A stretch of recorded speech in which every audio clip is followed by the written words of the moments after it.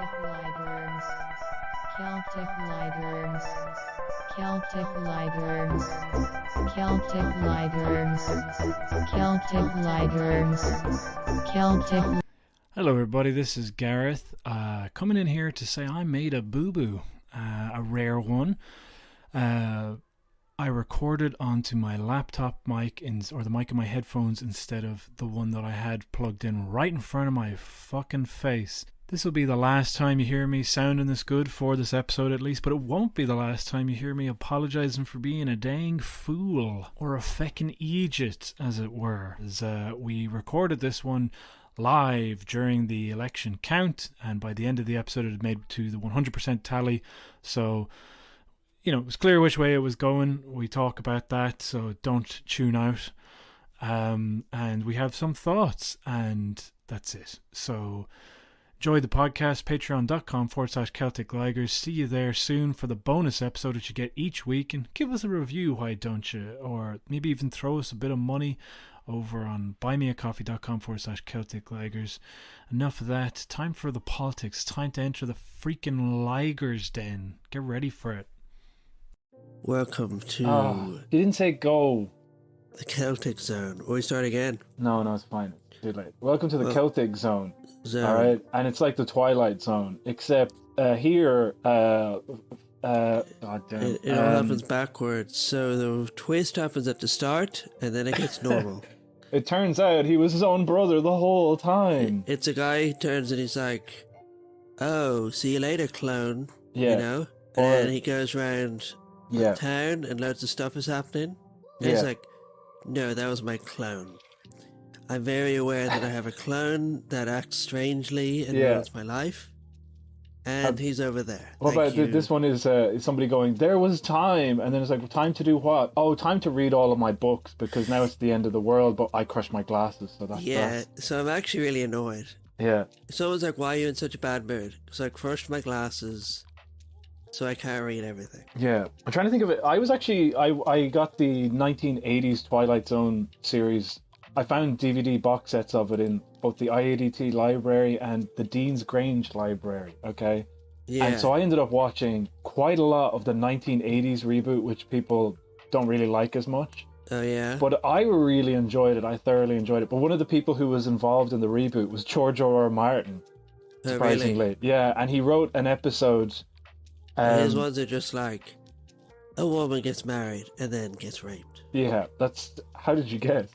No, they're actually pretty good. They're usually the ones But I'm that only are saying that because that's what happens in Game of Thrones. Yeah. By the way, he's the writer of Game of Thrones. By the way, clear. he's the writer of Elden Ring. I love the when game. people pull up stuff that like George R. R. Martin did, and like, look how much of a fan he was, and it just makes him out to be like this complete loser. And like they find articles they find letters that he sent into like Marvel Comics, and it's like, an inspired choice by Mr. Kirby again. Yeah. Excellent writing. I doff the cap to Stanley. Like, I think he's someone who's always seen himself as a peer. You know what I mean? yeah. So, like, he is writing into Stan Lee to be like, a nod from a fellow creator. you know? But I don't think he would even deny that he's a loser. Like, I think if you went up to him and you were like a stupid loser, Yeah. he'd be like, "Thank you, sir." Yeah.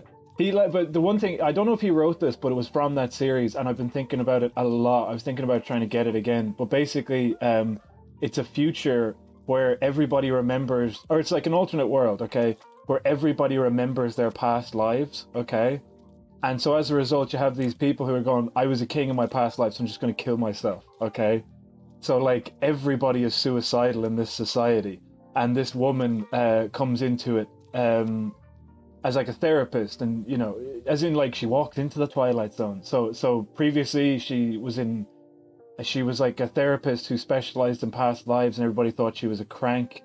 And now she's in a place where she helps people forget their past lives so that they can function in society. And she becomes like this, I feel like someone like that would be like, if they ended up in a world where everyone had actually past lives, they'd be like, "There's no such thing as past lives." Yeah. You're crazy. Yeah. There was another great one about a guy that they have the thing where you can sell your memories. So this guy, like, in order to try That's and buy, what we do. Yeah, exactly. If you think about it. This is what podcasts are. Yeah. Like, you're now selling a memory about watching The Twilight Zone. Holy shit. This is like a real Mitch Hedberg joke. Kind of got you scratching your head going, it's true, and it's weird, and it's funny. It's weird and it's true, and I don't like it. Yeah. Yeah, and it makes me feel uncomfortable. But I watched it in 10 years and pretend that I did, you know? All right, whatever. Okay, so we're on the morning. There was a bit that was lost already, unless I decide to put it in. No. Okay, well, I guess it wasn't. So we're on the morning of the Dublin Bay South By-election. It's nearly noon. And the results so far show that Lynn Boylan doing a lot better than people anticipated. Also, my bad, Ivana Bacik also doing pretty well. Yeah. But they still have to open up the more Fine Gael Heartland boxes. No, I have to eat crow too, because I said Aintu would win it. I said they completely... They'd annihilate. Yeah. I don't care what the polls say. I don't care what any of the voters say, or the fact that have they ever won a seat ever. I was like, this is their day. Well, patron of the show, Bridget Purcell, is polling above Aintu as we speak, so that's good. That was actually unexpected. I think she'd be polling above.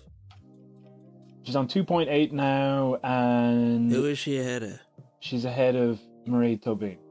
And Just Colin them. O'Keefe, John Dominic Kerr, I don't know who that is, sorry. Jackie Gilbert, who the fuck is that? Oh, I know her daughter. Oh, really? Yeah. And then the other one, she's above Dolores Cahill, who is also at the account centre now, throwing up a big stink about not being allowed in because she doesn't have a mask. Apparently her and Justin Barrett, the leader of the National Party, not him, they got into a scrap because he put on a mask to do it. No way. That's amazing. Peter Dooley, she's beaten Peter Dooley, and she is currently. So we're at 26.4% of the boxes open. So yeah, it's early days yet. Early days. Oh, and she's beaten Justin Barrett. I think it's because it's alphabetical that I'm kind of thrown, because Bacik's up the top and then it's Barrett. So it's kind of he's in between Boylan and Bacik, so it's kind of confusing. I know how the alphabet works.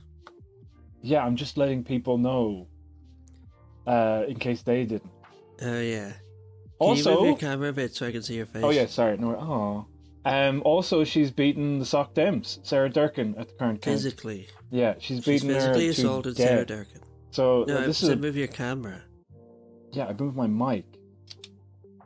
No, your eyes are cut off. I can't see what you're feeling. Sorry. The windows of the soul. I see. Yeah. Let me just look this up. Oh yeah, you can see me now. Yeah, she physically beat Sarah Durkin. Broke her glasses. Now her posters need to be redone. They're the only feature on the poster. It's just a... But what is she now? She's just a woman with her hair tied up, you know? Yeah. But yeah, did you see yesterday the Fine Gael, just an hour before the polls closed? Did you see that thing there? I did. Alert, emergency, and those two alarm emojis. Sinn Féin have a high turnout. Yeah. Please report your nearest ballot. Yeah. It was so lame. It's also weird to single out, like, that really is hysteria, to single out Sinn Féin. You know what I mean?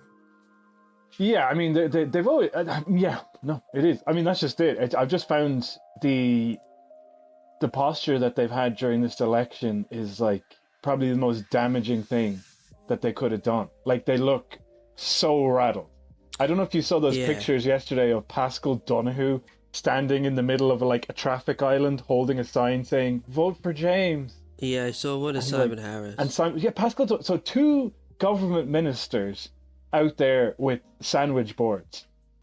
But the other thing is, apparently, some vote couldn't go through. Yeah. It couldn't take place yesterday because there were no ministers present to... Yeah, it was an affordable housing bill. Yeah. But it was kind of funny. This is interesting because yesterday, basically Bridget Purcell was like posting up going like, oh, you know, we had a great run at the campaign and I'm so happy and I'm blah, blah, blah. And then she wrote, like, I got such great comrades, okay? And then this person got in the reply, retweeted that going, can't believe that anybody would still use comrades. Like, what the fuck? And so I went into their profile and I'm presuming that their year of birth is the number that they're using in there because they look young. 69. No, they're from 99. 88. But they're in young Fine Gael, and so they were like, they've been just their whole. I was really curious just at this person's account, just because I was like, I wanted to see this young person who supports Fine Gael, you know. But anyhow, one of the things she said is like, unbelievable, people giving out, like, because people were posting about how, like, because at the same time that Pascal and Simon were on, you know, doing the thing, the placards, holding the placards. Leo was like having a cup of coffee and was like, hey, come to this coffee place, you know. That was so weird. Why did he do that? He was literally just like, great cup of coffee. It's like being in Italy at this cafe on Dawson Street. Maybe they just asked him to do it, and like, I guess that's fine, but like there's a part of it where it's like, do you really want to win this like maybe he just didn't know. And anyway, the point is, well, maybe it was some business that he was the portfolio guy for. Yeah. But you know what I mean? Like, or it's a power move. It's like, I got you standing out there with like traffic whizzing past you, and me, I'm having a fucking latte over here, you know? No, I wouldn't imagine that. That's exactly what it is. Because you haven't gotten in the mind of Radker like I've gotten in the mind. Yeah. Anyway, the point I'm getting at is, she was like, oh God, look at them trying to have a go at Fine Gael when actually it's the Fianna Fáil housing minister who should have been there. Yikes. Like, you know, they're so desperate to try and land like hits on, and you're just kind of like, that's, I don't know. It was just this funny thing where it's like, it's not like he's the leader of one of the coalition parties whereby he could have a minister present if he wanted, and instead he's elected to have them out there canvassing for a by-election. So just to show that they're not worried, they're not bothered. We have the ministers out there on the day. We have like we're terrified of a Sinn Féin turnout. I don't know. I guess you could have solved this problem by choosing a candidate who wasn't completely shit, but I mean that wouldn't occur to them probably. No. It just wouldn't work with the party either. Do you know what I mean? But anyway, I don't know. I don't mean to be having a go at this person. I guess I was, but ultimately, like, I was just fascinated by their profile. I don't really give a shit about them, and the whole comrade thing. It's like, as soon as I figured out they were a Fine Gael supporter, I was like, all right, well then I don't have to listen to what you say. I don't really get the comrade thing though. Why do they call each other that?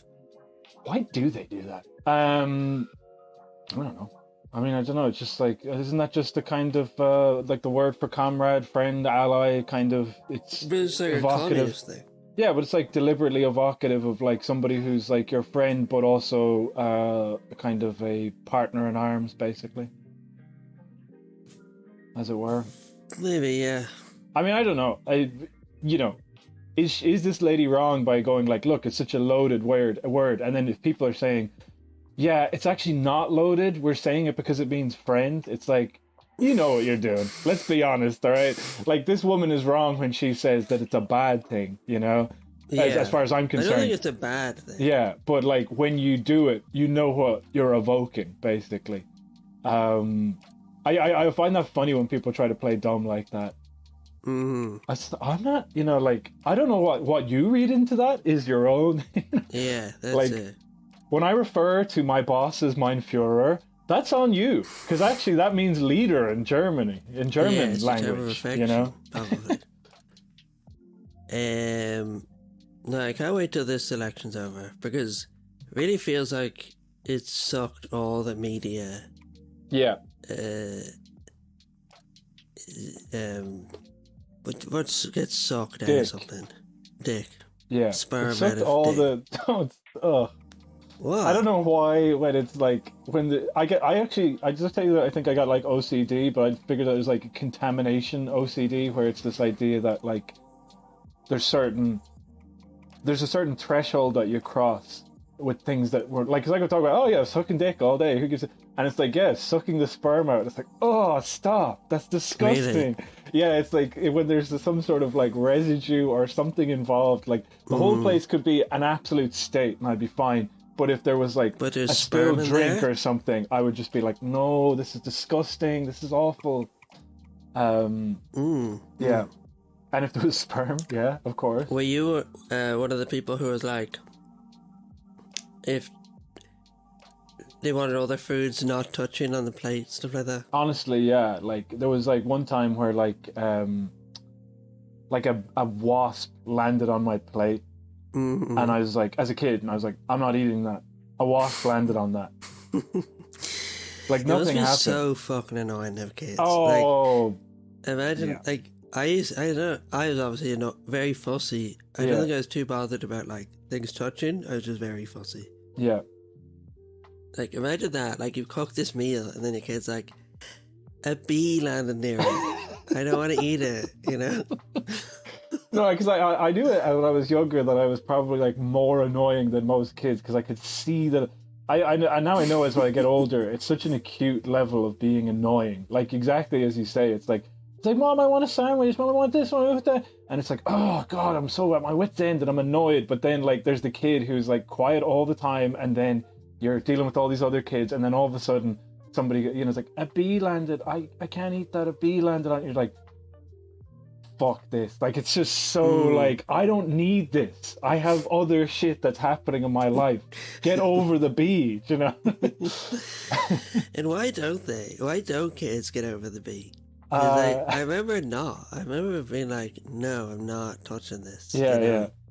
Why can't they get over it? So what I remember this is kind of my earliest memory that maybe that I had like anxiety or depression, or like I guess like I'm saying, that the OCD thing is the C is compulsive. That's the part. It's not, like you get a compulsive behavior or you're obsessive. Like OCD always suggests like, oh, you're really clean or something. But honestly, like I just have like a hard time not thinking about things. So, yeah. But I remember that one time anyway. I was in. I had a childminder, and wait, wouldn't that be the O? Yeah, I guess you're right. Yeah. So my O, the O. Your O. Yeah. O is in owned.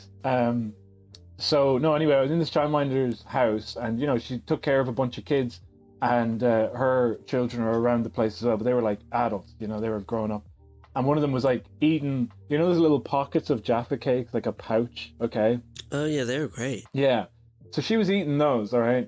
And then she was like, this girl called Shifra, and I want that, I'll never forget that name. No, anyway. Shifra. Now, just to differentiate, it's not, I don't have any feelings about it. But anyway, the daughter was like, here, have a Jaffa cake to Shifra. And Shifra like ate the Jaffa cake and was like, can I have a Jaffa cake? And she was like, oh, they're all gone now. And I was like walking around like just completely destroyed, like thinking about this, like, why didn't she give me the last Jaffa cake? What was that all about? Like literally hours in just deepest despair, like wanted to walk in front of traffic and all this because like I didn't get a Jaffa cake.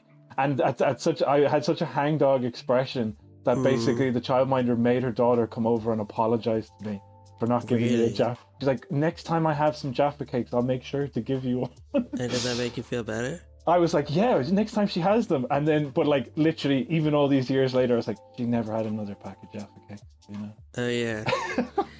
And are you like, she lied, or is just so unfortunate?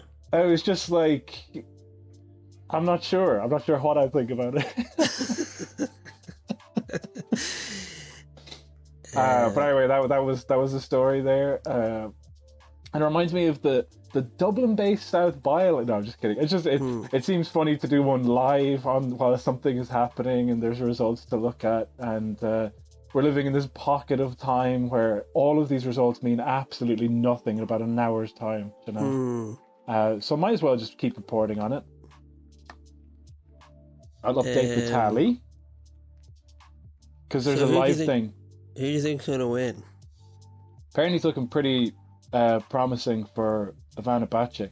Someone message in with their predictions. Let me get them up. Sure. Anyway, Lynn Boylan is now in a really weird behind. way. They just messaged like like a notes app thingy, just with their predictions. Oh, I saw that. They didn't say anything. Yeah. I like that. I like that the people are sending in stuff and I don't know them. This is the best, you know. I know, but just give it a bit of context. You know what I mean? It's very welcome, but like, I thought they were like leaking it to me. Oh shit! They have the results for tomorrow. And I was like, yeah, exactly. I was like, how can you leak that?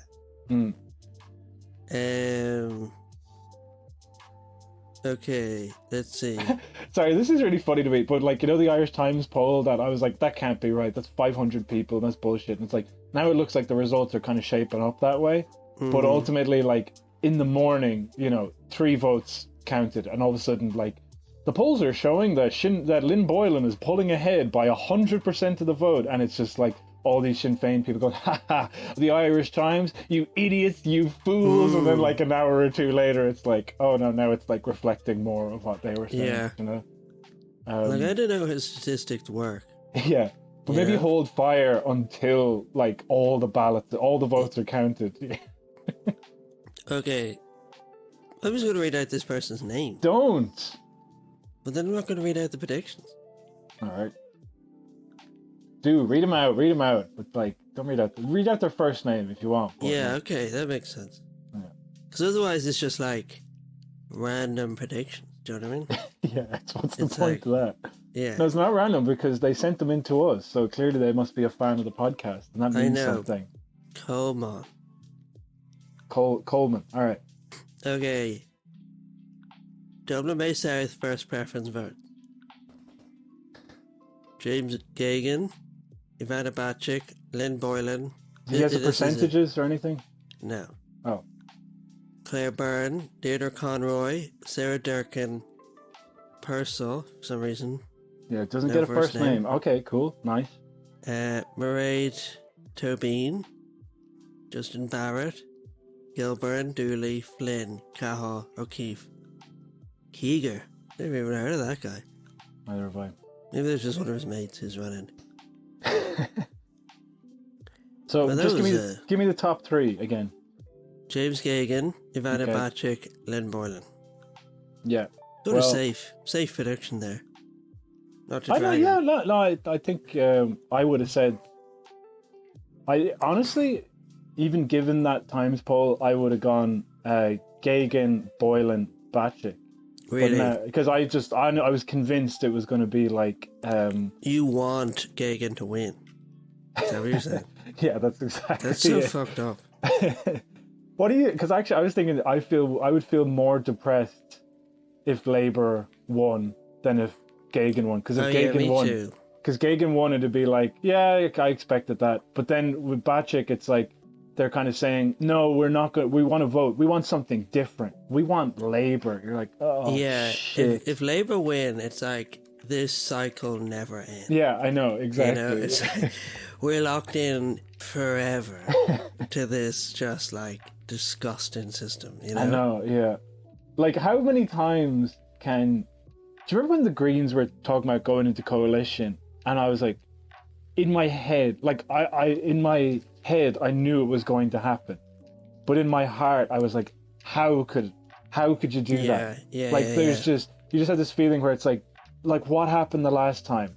Why are you doing this? Why are you doing this? Yeah, and what's crazy is that like, at least Labour have a new leader. I think. Yeah. Do they? Yeah. Yeah, no, they do. They've gone through a bunch of them. Yeah. Whereas actually, like, they've got Alan Kelly, who was the former housing minister. So, but anyway, whatever. Whereas what's his name? Eamon Ryan. Ryan, yeah. He's still in charge. Yeah. Also, I read something about him. What is his department? And I'm only asking this because he's Minister for Transport. Yeah. That's what he's I was also going to say. in charge of cyber thing. Cybering. What? He's also in charge of cybering. Cybering. Yeah, but he is, isn't he? Yeah, I think he is, yeah. And then he's also, I was reading the farming supplement recently, and they were writing about like climate change and sort of how they don't agree. So many like climate change deniers in these farming segments. But they refer to him as Minister for Climate. I think he is Minister for Climate, yeah. How is he those three things? I have no idea. Climate, transport, and internet. Like, the man... Eamon Ryan, let me see. Is an idiot. Like, just straight up, he's an idiot. Like... Environment, Climate, and Communications, and Minister for Transport. What is it? Climate? So they're actually two different departments. So it's Minister for Environment, Climate, and Communications. So I have no idea why those are lumped in together. Yeah. And then he's also the Minister for Transport. That's insane. Yeah. Do you remember the quote they referred to? He was sort of going like, I know everybody it's like a big job approaching climate change in the farming industry. Because I'm Minister for Transport and I'm pulling my hair out trying to figure out how to make the transport industry greener. I don't feel like it's that hard. I feel like there's a lot of models to follow about how to do that. Like, it might be hard to get it done, but it's not with the current something government, you need especially. to figure out. You know what I mean? Very straightforward. Yeah. Just I love that. It reminds me when Jared Kushner was made. Like, you remember when Trump said, "If Jared can't solve what happens in the Middle, if Jared can't solve the problem of the Middle East, then no one can." Which is like it's the equivalent to that. It's like, and then when Jared flew over, he was like, "I've read 10 books in the issue." Yeah, like at least 10. You know, he was amazing because he was like, what was it? He was in charge of the Middle East. God, I think he was in charge of like the AIDS response in Africa. I wouldn't be surprised if he was in charge of climate change. Like, he was in charge of like 5 global situations. Have you ever watched that Dirty Money documentary series on Netflix? No. I'd really recommend it, but they have a full episode on Jared Kushner about how he basically is a slum landlord, okay?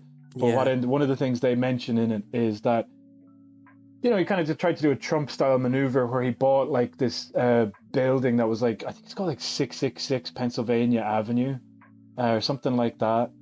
And let me see where it is. But anyway, the point is he bought this building and he was just it's 666 Fifth Avenue. And he was constantly losing money on it, just hemorrhaging money. But it was one of these kind of like things where he just had to hold on to it because it was like the pinnacle of his whole empire. Yeah. But anyway, couldn't shift it, couldn't sell it. And then he became a member of the White House, of Trump's White House, and all of a sudden some Saudis came in and just bought it. Really? So, and it was, people were like, well, it wasn't for access. They just really liked the building. You know, they really thought it was great that they have this incredibly expensive building that they don't want to do anything with in the middle of New York. That's funny. So let's see. I want to see what it's senior advisor to the president. Like, he just had the most. It's impossible to know what his fucking Middle East peace plan and the Abraham Accords. That's one thing listed there. The US-Mexico-Canada agreement. Amid the COVID-19 pandemic, Kushner was an influential advisor to President Trump and shaped the administration's actions. Scary thought. All right. Anyway, I don't know what he does. He seems like he was just an advisor, but he seemed to have like quite a lot of roles. You know. He's definitely involved in like AIDS in Africa. Yeah. I'm not talking about fucking a monkey. I feel like. I said I'm not. Okay. Why'd you make that face? I'm not, you know. Yeah. I said I'm not doing that. I also wanted to bring up Catherine Martin again just because of her ludicrously long title. All the stuff that she has to do. She's the Minister for Tourism, Culture, Arts, Gaeltacht, Sports and Media. Which is just... Yeah, that's in no way cohesive. She's the Minister for John, Jacob, Jingleheimer and Schmidt. What's that? His name is my name too. What? It's a fucking nursery an rhyme. Episode of Twilight Zone? I had the shortest name in the world and I've woken up with the longest. Yeah, and his name is my name too. Alright, let me see what else I got here on my list of things to talk about. But yeah, apparently, so I guess we're gonna have fucking Batchik in there and it's depressing as fuck. I had Martin Ward on the show with Luke Ming Flanagan. Remember? Did I send you that clip? Oh yeah. Yeah. Oh, so I just got a phone call. What do you make of this, right? I'm not answering the phone to numbers I don't recognize. Yeah, that's common. People don't do that. Like, if you want me, text me. You know what I mean? Yeah. Especially if it's from a mobile. Oh, big time. If it had like 01, or whatever, I'll answer an 01, but I'm not answering an 085. Yeah, no way. I'm not answering a mobile. That's crazy. Yeah, get a grip. Person is ringing. Yeah. Do you really think I'm that stupid? 085, detect the mobile phone. How about you text that out? Send it to me. Yeah? Yeah. So Martin Beans Ward was on. We've talked about him on the podcast before. He's a gay traveller stand-up comedian. And he was...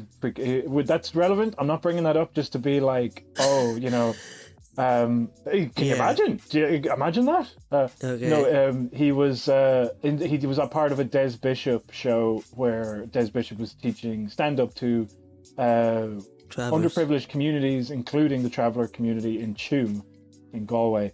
And anyways, and I thought the series was quite a good thing. I think a lot of his series I used to think were quite decent, but then like in 2018 or something, I can't remember, maybe it's 2015, he appeared on like I don't know, Opie, Anthony, one of those guys, Jim Norton. I think it was Jim Norton, but like one of those kind of lads, radio jock kind of people. And they were talking about travelers, and they were just literally talking about how they were like brute savages and all this. And then it was like I did stand up, and they're like vicious, always fighting sort of stuff. Yeah, kind of scrapping. But he was like this kind of giddy little bully boy. Like they were kind of doing the heavy lifting of racism, and he was like, yeah, it was like that. And so then he brought up a gay traveller comedian, basically. So yeah, there was a guy, and I thought in that thing, he was a gay traveller, and I was like, we know who you're talking about. Yeah. And he called him like a liar, or he said he was kind of shrewd. He was like, yeah, and he was always kind of a bit of a chancer, basically. I don't think he called him a liar. I think he just made him out to seem like a sly weasel type. Yeah, exactly. So anyway, Martin Ward appeared on Virgin Media tonight with Ivan Yates and Matt Cooper, and also known as Celtic Ligers. Virgin Media. Yeah, those are our rivals. Actually, no, they're not our rivals. They're our sister show. Virgin Media tonight. Matt Cooper would be me, and Ivan Yates would be you. I don't get it. Just because I hate Ivan Yates more. Alright. Matt Cooper's pretty bad, but if somebody said you were Ivan Yates, you'd be like, oh, fuck off. Yeah, okay. So that's what you should be like. Well, in that case, you're Ivan Yates. Anyhow, they had some other guy on there. He was a TD. I think he was in Fine Gael, or he was like an independent who was sympathetic to Fine Gael. Yeah. Doesn't matter. But anyhow, basically he was like, and young people love Leo Varadkar. And Martin Beans Ward is like, I think a lot less young people like Leo Varadkar than you might think.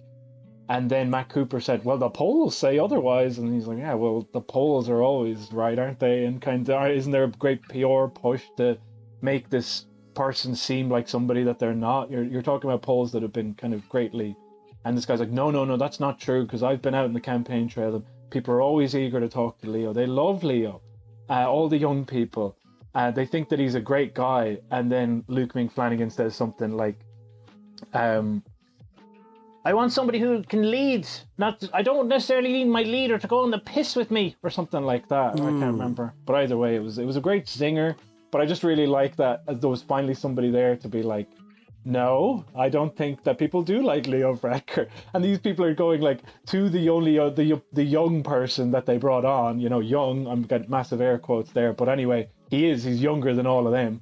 And they're like, young people love Leo Varadkar. And he goes, I don't think so. And they go, no, they do. It's like, all right, well, I guess fuck me then, Also, one thing I put out, I meant to send it to you, Sarah McInerney talking to Dara O'Brien on Drive Time.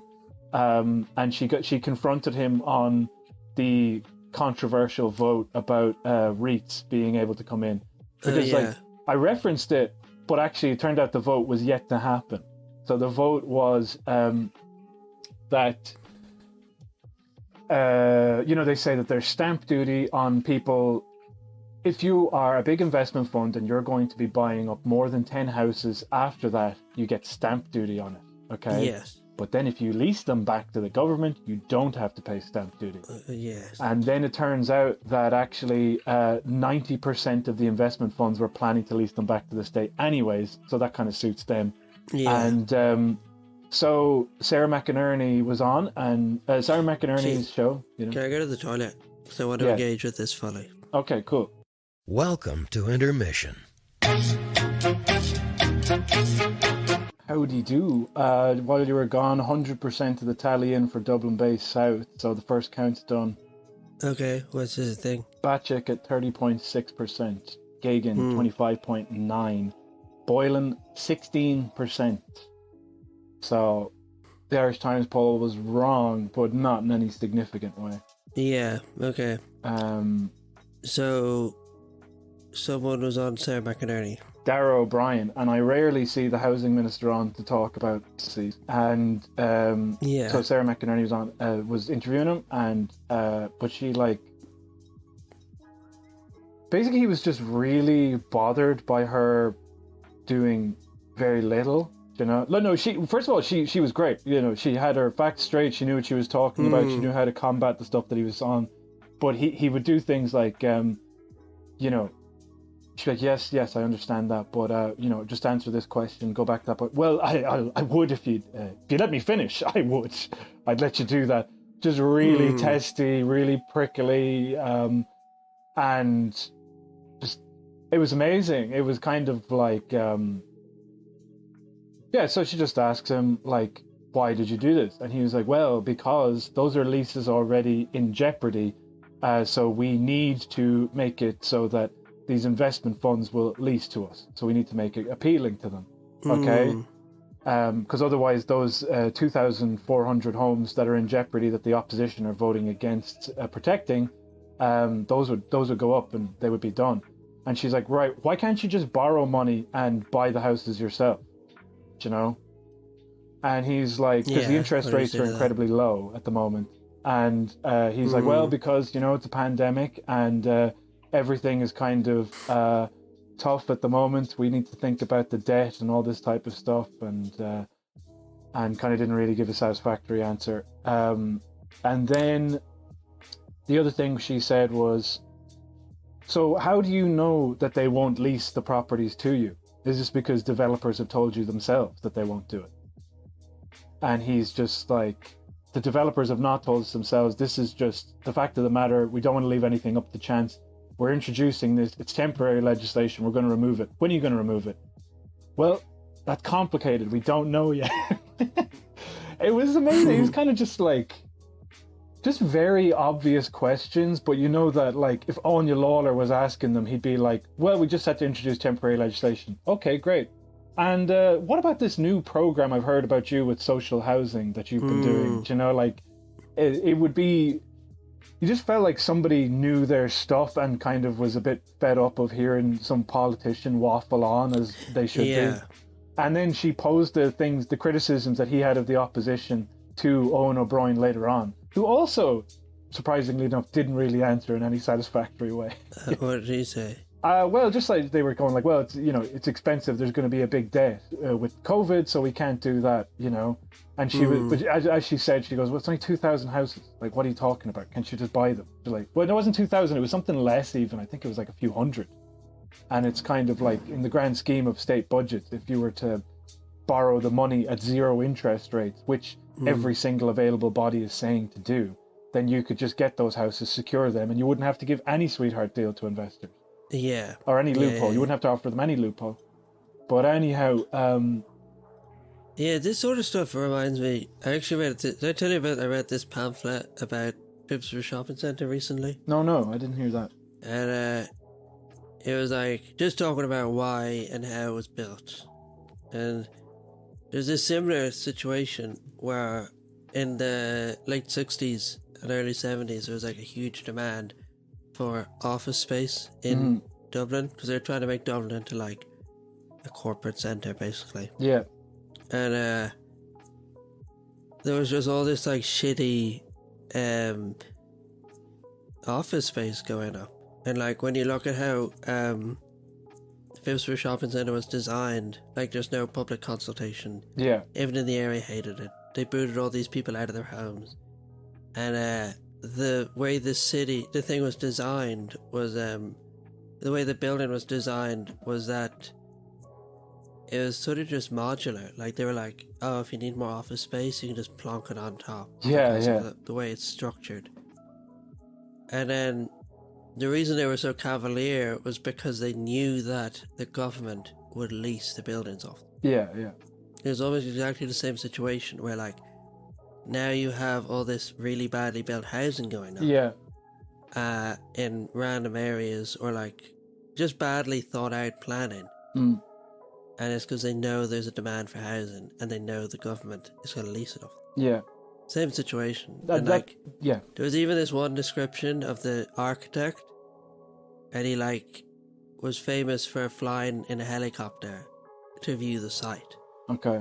Because he was like, you shouldn't look at things from the ground level. You should look at things from the air. Fuck off, Jesus. I know, and it was like, that's the exact opposite of what you should do. I know. Because he was like, you need to look at the city as a whole, like sort of implying that the people aren't necessary. Yeah. It's that the building is. Yeah, it's like, oh my god, this building looks like a swastika from up above. We need to tear it down. It's like, well, that's a hospital. That's a children's hospital. It's like, that's the new children's hospital. Big swastika from above. Yeah.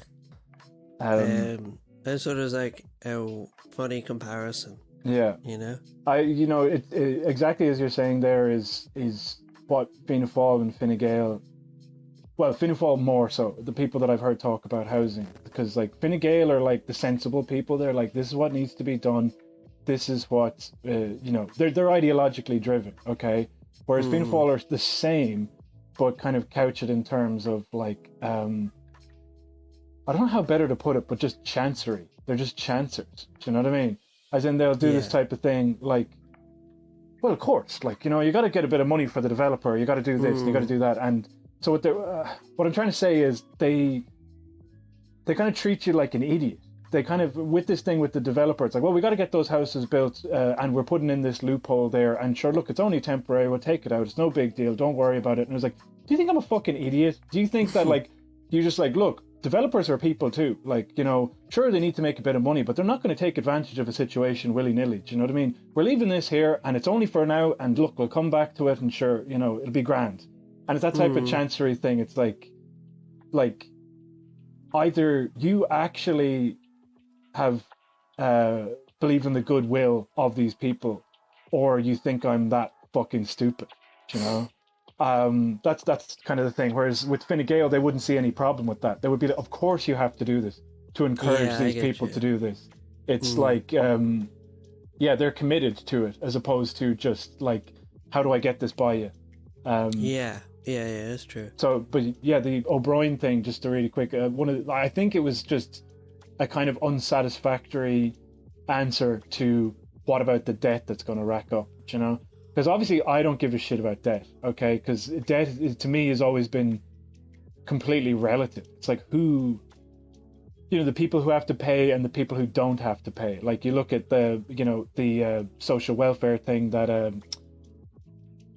Aoife Grace Moore was reporting on last week or during the week, where, just more stuff about, whose is that toothbrush? Well, you're going to, fuck you, you lose your payment, stuff like this where social welfare inspectors coming into the house and this woman has like an abusive partner that she's afraid of. So she asks her friend to park a car in the driveway. The guy's like, whose car is that? Your payment's cut off, And it was like we talked about that before where social welfare inspectors were like really cruel to single mothers. Trying to cut off their child support payment and stuff.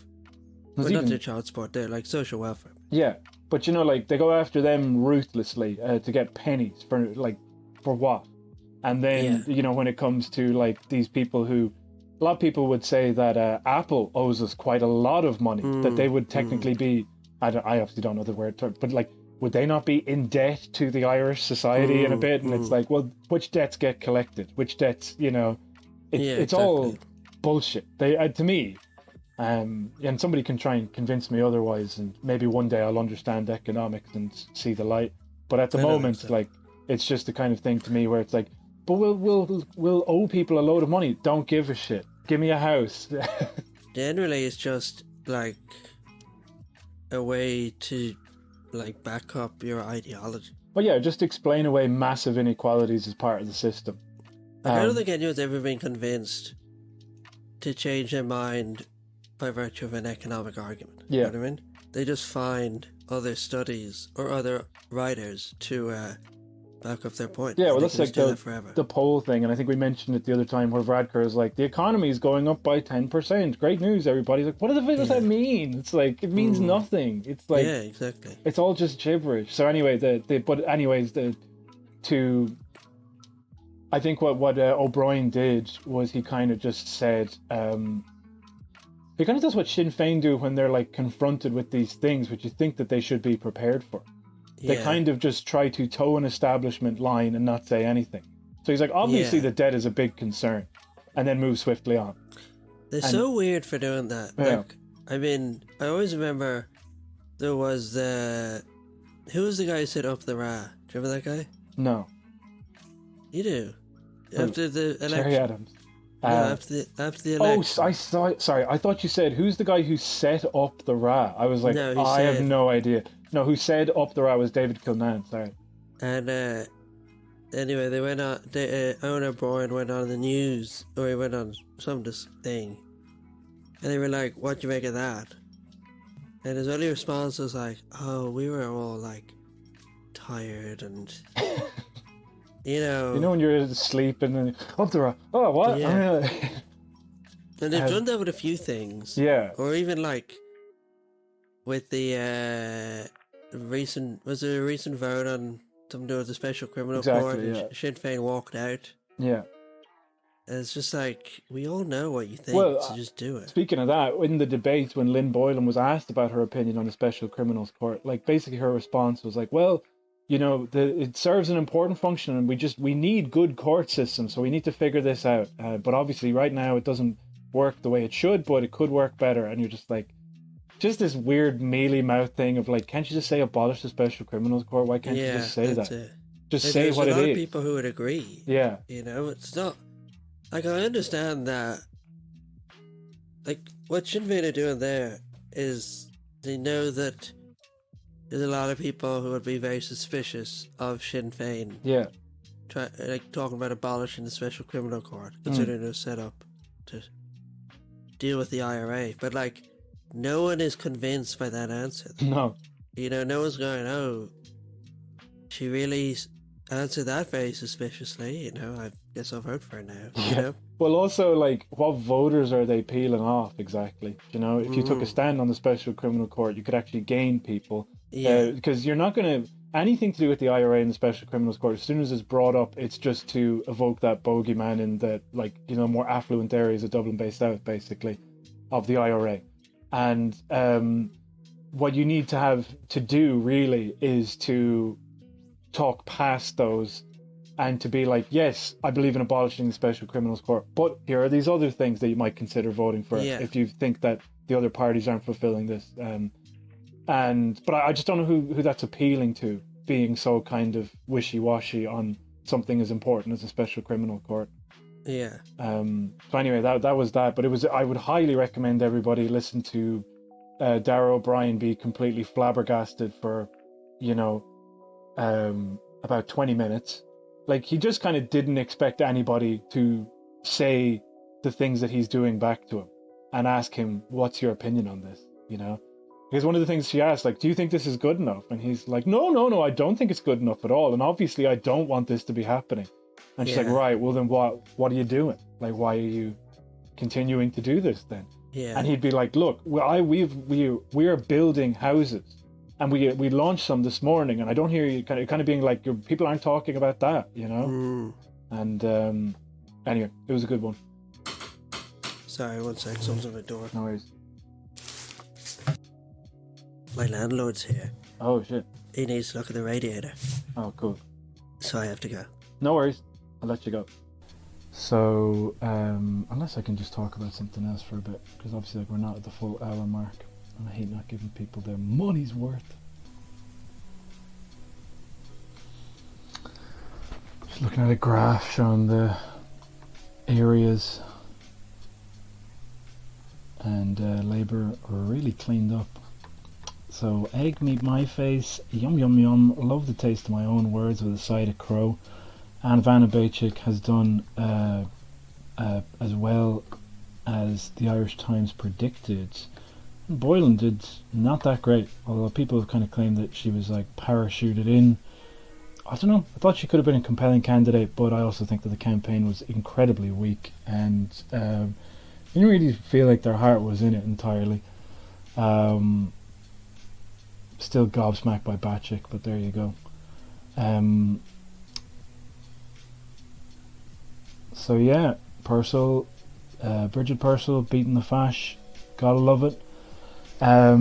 Next time, and I do mean that, I really do, I do believe it. So in the Fine Gael heartland, one of the shittest candidates to run the shittest campaign is probably going to lose out to Labour. Very disappointing, obviously, that it's not anybody but fucking Labour, except obviously not the fascists. And some of those Indos, whatever.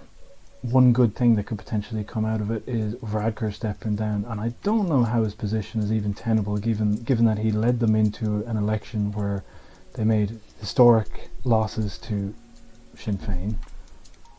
Well, they didn't make the losses to Sinn Féin, but basically in something that they should have walked, they didn't. And he's under investigation by the guards, which nobody really talks about, and now he's can't even win this election in what should be one of the safest fucking seats ever. All you have to do is swallow your pride and choose Kate O'Connell. You couldn't even do that. So I really hope that he's out, but I don't know, he is this, I don't know how he keeps sticking around, such a repellent individual, but there you go. We could still be in for more Leo. But then what would I do if he was gone, you know? I feel like the freaking Joker, you know? The dog chasing the car, I wouldn't know what to do if I caught it. If he's gone, obviously just get replaced by some other fucking stooge, but like he can't be leader of the party. Actually, here's the funny thing. Even if he wasn't leader of the party, we would still hear about just as much from him, and his opinion would be given just as much weight. They'd hand it over to Simon Harris or something. I still think Simon Harris is the one that's probably going to get it, because, like, you know, according to that poll, again, only one poll, but some people out there seem to believe that Simon Harris is the person who could solve the housing crisis. Whatever you say about those TikToks and that kind of cuddly shit, he does actually seem to have cultivated a relationship, and obviously has a relationship with the media, and it's a thing that is allowing him to push through on selling himself as somebody who he 100% is not. Although he did do some damage for himself going to bat for Leo so much, and I certainly think being on the campaign trail, he's probably just as much. Well, actually, that's another reason. He can't be new leader of the party because he was the one that ran that campaign. So I guess that's not going to be him. Could it be Coveney? Could it be Pascal Donoghue? Probably not. He loves to work in the shadows. I don't know if maybe Coveney's time has passed. Here's one I'll put out for you. How about fucking Helen McEntee? That is one that they could, I think, a lot of them could get behind. Yeah. Also, she's the only one who seems to not have been sullied by all of the recent stuff. I don't think she was on the election trail. You got like Simon Harris out there every day going to bat for Gagan. You also have Bruton, and you had Leo. Now all those people were out there, and it still was like they thought that they could brute force it and kind of will people to vote for an unlikable candidate, just because of their association with them. But clearly not. They had another unlikable candidate to choose from, and they just picked her. So anyhow, yeah, I guess James is right. It's good to not have to talk about this ever again. Alright. He lied. I love talking about this bullshit. So yeah, slightly shorter show today since James's landlord came around to look at the heater. Yeah, this is the thing. This is why we hate landlords, because they get in the way of recording podcasts. And in our automated luxury communist society, that's all anybody does, record podcasts. And everybody's forced to listen to them, so the numbers are really good. By the way, go to iTunes and give us a good review, because it helps with the algorithm. Tell a friend, do something, let's spread it out a bit more, because these podcasts take a lot of time to make. And if we keep losing patrons because of stuff that I say about how I don't think you should want to murder teenagers, then I don't know, we'll be in real trouble. So of course I'm going to thank our beloved patrons now, which is just one of the perks that comes from being a patron on patreon.com/Celtic Ligers. For $5 a month you get an additional bonus episode and you get your name read out. If you don't want your name read out, then please let us know. We can accommodate you. All we want is your money. And if you go to buymeacoffee.com/Celtic Ligers, you can just buy us a coffee, which is, a few euro. When you have it, every little helps. We just want to be able to, get a bit of fucking cheddar. Is that so wrong for all the content we provide? I don't think so. Anyway, what'll the theme be today? Well, James isn't here, so I'm just going to do my random word generator and come up with something. Give me 2 secs, everybody. Jesus, for the love of God, give me 2 secs. Words all, yeah, generate words. Third, scare, contribute, need, damp, going to generate some more ones. Way, accessible, floor, cool, alright. Let's do cool. Let's talk about how cool our patrons are. It's not often that we thank you from the bottom of our hearts, but also it's not often how much we talk about how cool you are. So I'm going to tell you the cool thing that you've done. Zainab Lotfi, thank you very much, Zainab Lotfi. Zainab Lotfi. What about we pretend that it's Zainab Lotfi and it's Zainab Lowrider and she's just fucking low riding like a cool person. Thank you, Sean Donnelly. Stephen Donnelly, the coolest Minister for Health we ever had. He's so cool. His head is so shiny and you don't want to crack it like an egg every time you hear him talk. His beard is so flesh coloured and his teeth are many. He's got so many thin teeth that are very small. And that's highly prized in our society. That's very cool. I know we've probably done Stephen Donnelly before, but I'm hoping that building up the image of this different version of these alternate universe Stephen Donnellys, you become part of the lore of this, okay? So it's kind of like, where there's multiple universes and there's not necessarily everybody the same in each universe, but there is always one Stephen Donnelly in each universe. And so today we're talking about cool Stephen Donnelly, and he is actually good at his job. That's why he's cool. Kevin Larney. What's cool about Kevin Larney? Well, there's many cool things about Kevin Larney. Most of all, his podcast, Shite Talk, which they did a recent episode on Tato Crisps. It's a history podcast. Highly recommend it. Check it out. That's why, and see, he shares and shares alike. He's got a Patreon, and he just shaves off $5 of that a month, and he sends it over here, and we're very grateful for it. So, Kevin Larney, no change required, cool dude. Also, obviously, all the other people are cool dudes. and dudettes, or duties. Rachel Deckard. Now, James isn't here, so we won't be doing a Blade Runner reference, even though Blade Runner is... Actually, unpopular opinion, I don't know if Blade Runner is cool. I think aesthetically I really like the film, but it kind of frustrates me. And I actually liked Blade Runner 2049, but also it had similar issues to Blade Runner 1. But anyway, that's for another day. What we're talking about is Rachel Deckard, and of course, I actually have one for this one. Fucking... God, what was it? I did have this right, didn't I? Yeah, Rachel Pop Decks, which are the famously cool skateboards for your fingers. You can do all sorts of tricks. And it's as cool as Tony Hawk's, that's funny. Why did I just say the deck of a skateboard? It could just be a skateboard, but no, it's a fingerboard, which is the coolest skateboard that there is.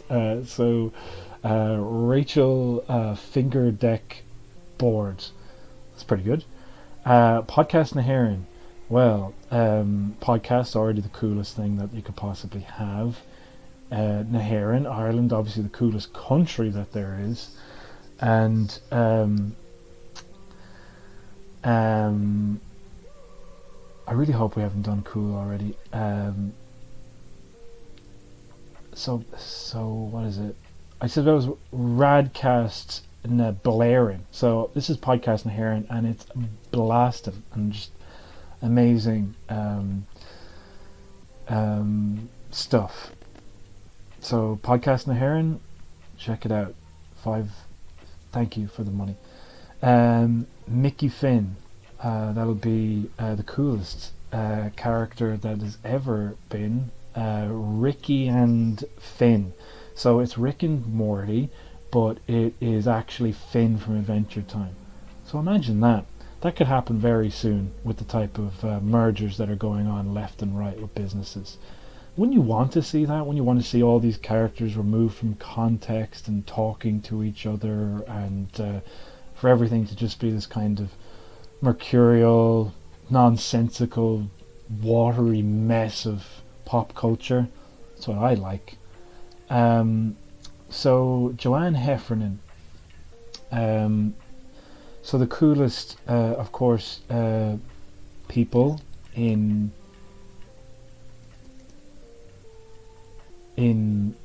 Lord of the Rings. You heard me typing there, I had to figure that out. The Knights of Rohan. Okay, so the Knights of Rohan are eminent. That's like Heffernan. So they're coming up to the castle. Benson, I know we do Benson and Hedges, but they are the coolest thing. Smoking is really cool, and but I'll give you another one because, like I said, I don't like when we repeat them.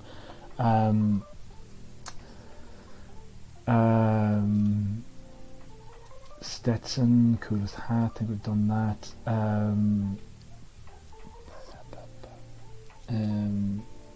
There's that band. Oh yeah, Benson, the Silver Sun Pickups, and they're like the coolest band that there's ever been. Francis Breen, that'll be. I've got to put on some Francis sunscreen, because it's just how. Because I'm outside, the sun's out, because that's cool, and also the freaking protecting yourself from harmful UV rays is also very cool. Simon Akers, Simon Jakers, that guy is cool, and come on, Jakers. That's the catchphrase said in the popular cool TV show Jakers in the House. Okay, so Jakers got his backwards hat and he's skating down the hallway on his finger deck. You know, his big feet hanging over the edge of it, and the principal is like, "Jakers, come on, Jakers." So that's that. Mark Stokes. This will be spark pokes, okay? And that's when you get a spark plug and you poke somebody with it, which is the coolest thing that you can do, is to give somebody a heart attack potentially because you've poked them with a spark plug. And that's what the cool guys are doing on South William Street these days, and getting a fucking spinning kick for their troubles. Okay. Mark Maloney. That'll be Car Park Maloney because of all the. And I'm doing a Maloney in the car park. So you're playing your Tony Hawks. You're on your finger deck, and you're in the car park. All right, and then Papa Roach is playing, or one of the other songs from the thing. What's it called? Goldfinger. That's probably one of the most famous ones. Or Millencolin, No Cigar from Tony Hawk's Pro Skater 2, and it's like. You hear the record scratch when you do like a special or something like that. Or then the dance like boom when you do a special move. And it's like you're in the car park and you just pull the Maloney over Ollie the Bum, which is a very tasteless thing. But anyway, Blahin de Burka, that'll be trawling through Skirta. And before you think that that's misogynist, I'm actually talking about Blahin trawling through skirts. Okay, she's looking for some serious action out there from the ladies, and that's the coolest thing that you can do. Or men, you can get action from the men as well, and that's also cool. This one's getting away from me. What about Blahin is trawling for skirt, but she's on an actual trawler, and so she's dipping a big net into the sea and she's pulling up. Just perfect tense, okay? Alan Carroll. So a car is a really cool thing. What type of car is the coolest car? The Mini Cooper. Not the original Mini Cooper, the one from the hit movie The Italian Job. Not that Italian Job, the one from the early to mid 2000s that had a very bad PlayStation 2 game. And so Ed Norton's in it. He's in the cool car with Alan, and they're just beeping their horn at all of the freshly caught skirt from the trawler. I like this. This one's going well. Stephen Bradley, and also, by the way, beeping at women on the street is the coolest thing that you can do. Stephen Bradley. That'll be. I think I might have done this, but it bears repeating. Stephen is Radley. So Stephen's got a really cool beard, if anybody's never seen him before. And that's just freaking rad, okay? It's rad to be able to tuck some food into your beard and save it for later. It's rad to be able to tickle somebody on the shoulder or their head with your big beard. So, Stephen, keep it real, keep it rad. And rad equals cool. Richard Zimmerman, that'll be Kitchard Trimman. Okay, so kitsch is cool, obviously. It's always in vogue and always cool, and so it's a particularly kitsch guy who's in that sitcom I mentioned earlier, and he's, I don't know, he's got like doilies. And he's got like those, those 70s wallpapered houses. It's kind of like that. And he collects teapots, okay? And he, he's like, there, my perfect teapot collection, all in order. And then all of a sudden, what was it again? It was something to do with Mickey Finn. I've already forgotten. Tricky Finn. I should have said Tricky Finn. So, while I remember the other guy, Tricky Finn just smashes his deck through there, and they're like, oh, that's it. Sorry, no, it wasn't Tricky. Tricky Finn smashes his thing, and then the principal, whatever, says, Jakers, come on, Jakers. Stop smashing those teapots, and of course it's not Jakers in this instance. It's fucking, good lord. Oh yeah, Tricky Finn. Next up, Bridget Purcell. Way to go, Bridget Purcell. We're all really proud of you. I am. I don't know why I said I am like James was. Oh sure, we're all everyone here in Celtic Ligers HQ is rooting and happy for Bridget Purcell today, and wishing her all the best in the future. Hope you're having a good day wherever you are. And Bridget Purcell, this will be frigid, so it's like a fridge. It's very cold. It's cool in that there fridge, and that's where I keep all my Purcell detergent, because it keeps my clothes looking really cool. And yeah, that's where Jakers gets his clothes washed. He washes them with Purcell detergent. Milky Fox, okay. Robo-blocks, that's a thing, isn't it? I'm looking up Robo-blocks. Is that like one of the coolest things ever, or is it? Yes, it's a really cool online game, Roblox. What was the other one I was thinking of, with the one directed by Stuart Gordon? Robot Jocks, that's what you are. You're actually Robot Jocks, which are infinitely cooler than Robo-blocks. And you're, I'm not sure if Jeffrey Combs was in it, but you're in one of the Robot Jocks with Jeffrey Combs, and he's being weird and intense and giving a delightful character actor performance, and you're entertained, and that's what's cool. Kyle O'Neill, Kyle, get real, and that's what cool people say to each other. That's a character in the Beano called Kyle Get Real, and his whole thing is that he just tells people to get real, okay? And the Beano is obviously cool. Connor Barry, Coner Barry, like an ice cream cone. And this is a reference to a rap that my cousin in Ealing heard, where somebody said, "I got rhymes cooler than an ice cream cone." Another funny story is one time his friend's dad was like a barrister or solicitor, and he was doing a trial that was gang related in London, and they got the stenographer to read out some of the lyrics that had been written by the person who was on trial, and about the person who was dead. And it said, "Steady Eddie, batty boy, exclamation marks, gas and sparks, I will come to your home and shoot you in your dome." So there you go, that's a cool thing to do, and that is Conor Barry all over. Liam McCartan, what about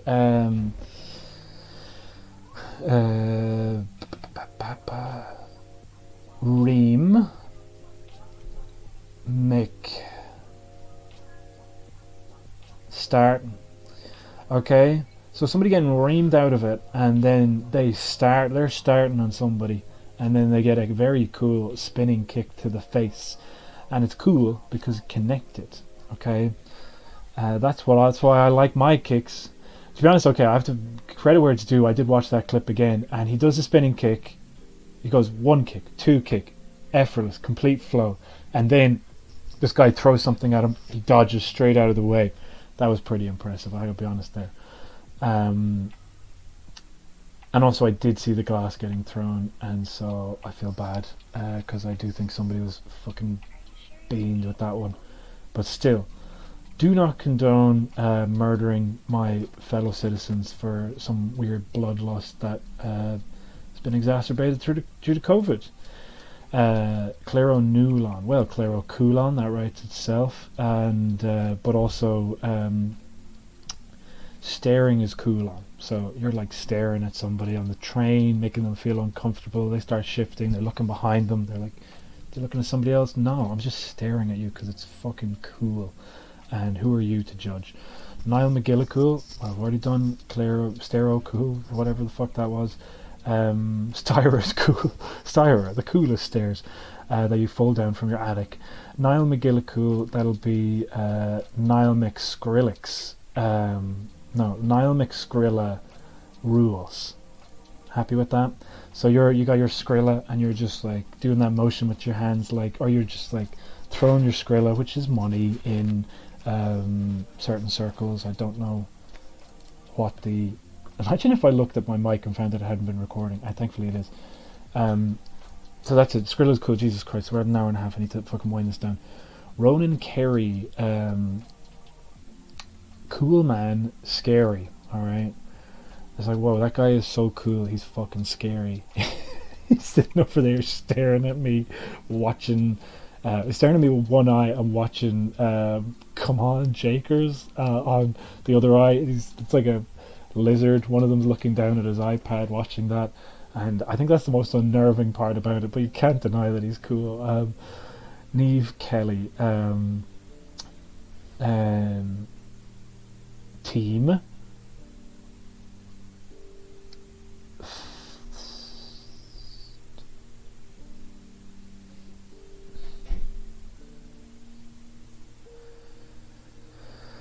Team Belly. Okay. Right. Well, that was a long pause. What, you come out with fucking Belly? Yes, I did. Calm down. Team Belly. They're those guys who eat hot dogs in New York. You know, competitive eaters. The coolest people that there has ever been. Where they're drinking the pickle brine to make the bread moist so it goes down their throat quicker. Is there anything cooler than that? I don't think so. Paulie Doyle.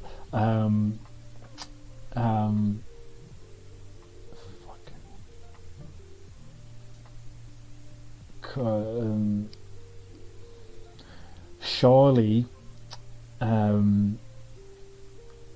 Toyle, okay, and that's the coolest thing that there is. The people who are wearing shawls during the Great Hunger, just dying on the side of the road, toiling away for meager money that they couldn't afford their places with, toiling on their land, okay, to no avail because the potatoes it's not happening.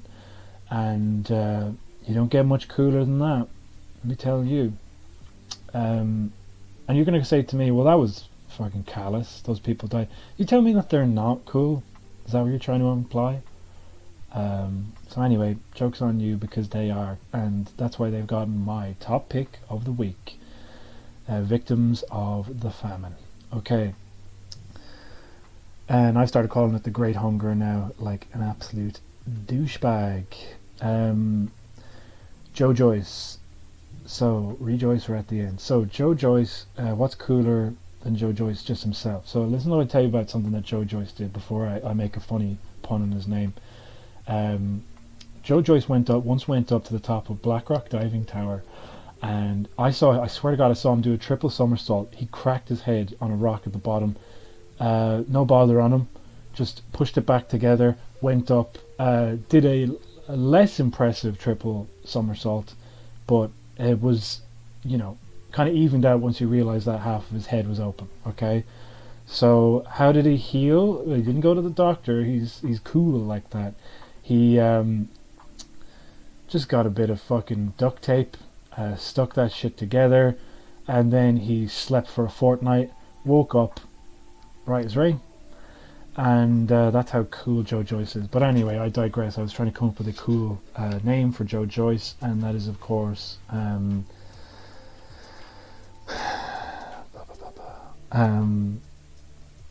Hustle and Flow Joyce. Okay, and it's is that who was in that movie? And it's the coolest movie that was ever made. It stars Terrence Howard, who, as we all know, having a small dick is incredibly cool, and they don't get much smaller than Terrence Howard's dick. So, one of the funny things is that in the Marvel movies, the first person that they hired apparently was Terrence Howard, and he was like the biggest get. But then because Robert Downey Jr. had like a reputation for drinking, drugs, etc., he was considered a gamble. So at the end of the first movie, Russell Howard, Terrence Howard was the highest paid actor of the Marvel movies, and they tried to renegotiate his contract. He was like, no, and they're like, okay, we'll just replace you with somebody else, leading to a racist executive to say, basically they all look the same, and nobody would notice that he'd been replaced by Don Cheadle, which is incredibly awful and disgusting. But it's still a fun story. And I think what it says about Terrence Howard and the movie Hustle and Flow tells us just how cool it is. John Singleton directed it. Also directed Too Fast, Too Furious, which I watched the last week. And I think the way Paul Walker talks in that is dubious at best. So anyhow, Also, shout out to Rachel Deckard, RIP your Twitter page. Not that your mentions are RIP or whatever, more that it is no longer, it's going to cease to be, apparently. And what a great shame that is. Anyway, thank you very much for listening. Sorry I yammered on. I think that was okay. Remember, hit us up, CelticLigers.com, write, review us, tell a friend, patreon.com/CelticLigers. Also buy me a coffee /CelticLigers. And we'll see you very soon for the Patreon episode.